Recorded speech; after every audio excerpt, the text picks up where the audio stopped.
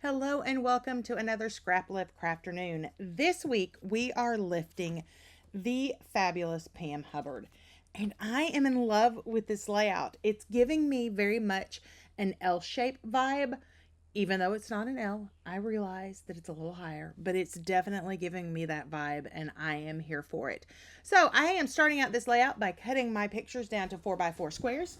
I did use an online editing. I use Illustrator and I made them 3.5 by 3.5 so that they would have a white edge. The next thing I'm doing is cutting off the branding strips, and then I made strips that were 6 inches by some different widths to go across this layout. I am going to edge scrape everything. Found my edge, well, actually I didn't find it. I bought a new edge scraper because somewhere here in the camper is my old one. Not sure where it is. It got knocked off the table, and y'all, I literally cannot find it. I have no idea where it went.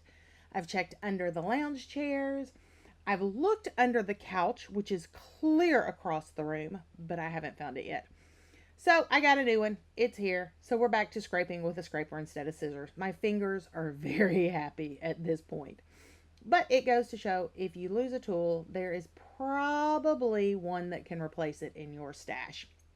Again, I am edging everything. One of the things that I love about using 49 and Market collections is that they kind of have a little bit of that distressy feel with them to begin with, or aged, vintage, maybe I think is the word that they use in a lot of their collections.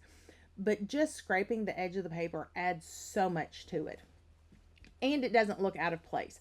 Now, I did go through and choose a lot of pieces out of the ephemera pack. I do not have much of the Moonlight collection, and what little I have, I need to stretch as far as I can stretch it because, well, budget. I know, bad word, but it is what it is. I have to use what I have. Well, I don't have to.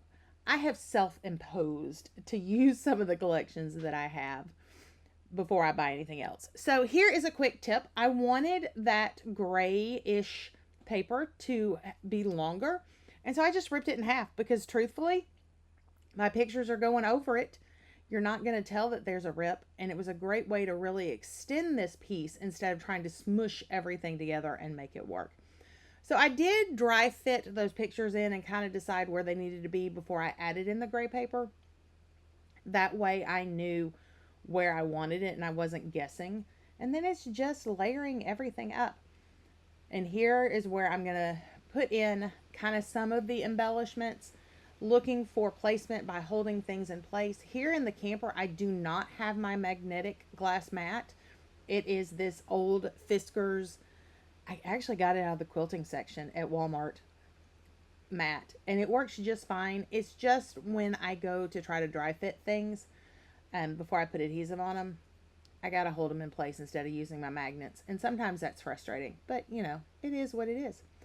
So here I'm trying to add, she has cute little yellow sunflowers down the side, and I just wanted this kind of long looking weed thing to mimic that flower.